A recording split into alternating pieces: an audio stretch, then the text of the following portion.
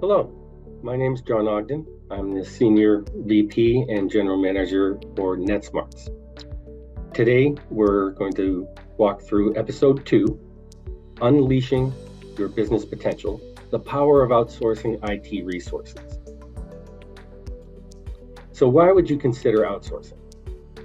Well, we can probably agree that core development engineers in a SaaS firm specifically are critical to the firm's ultimate success.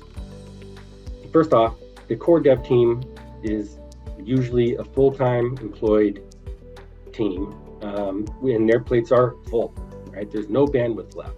And after each release, the result is very predictable and increased reliance on the dev team.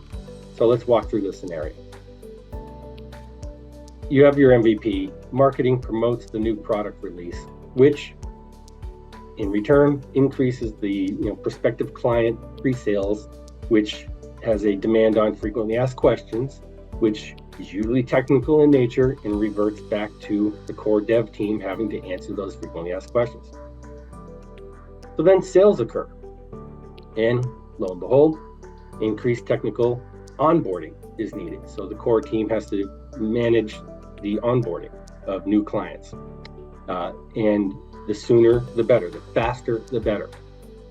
And so the onboarding then increases the need for technical support of the new clientele, which falls very heavily on the core dev team. So these stresses on the core dev team mean that they are no longer able to focus on their core mission.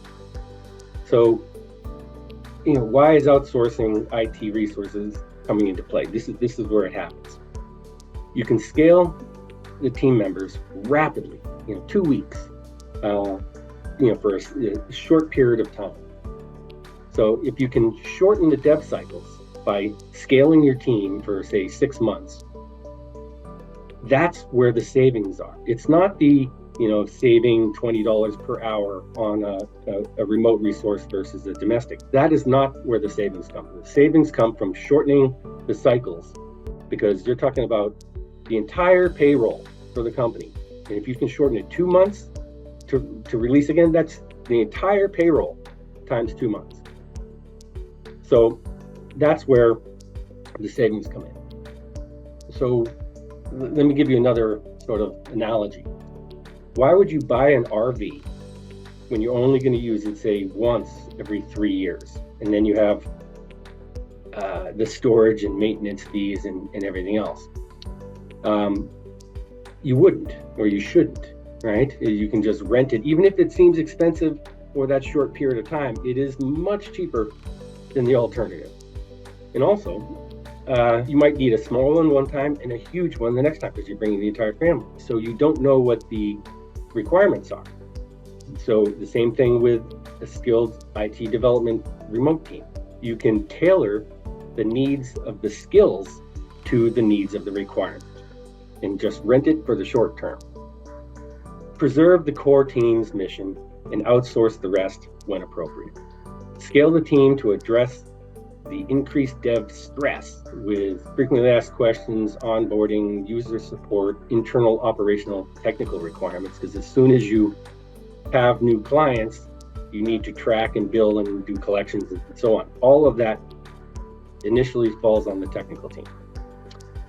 And remember, the velocity of the development output is the value that the firm's, that value is the gross payroll times the number of months that you save, right? So the faster the velocity, the more higher margins per subscriber.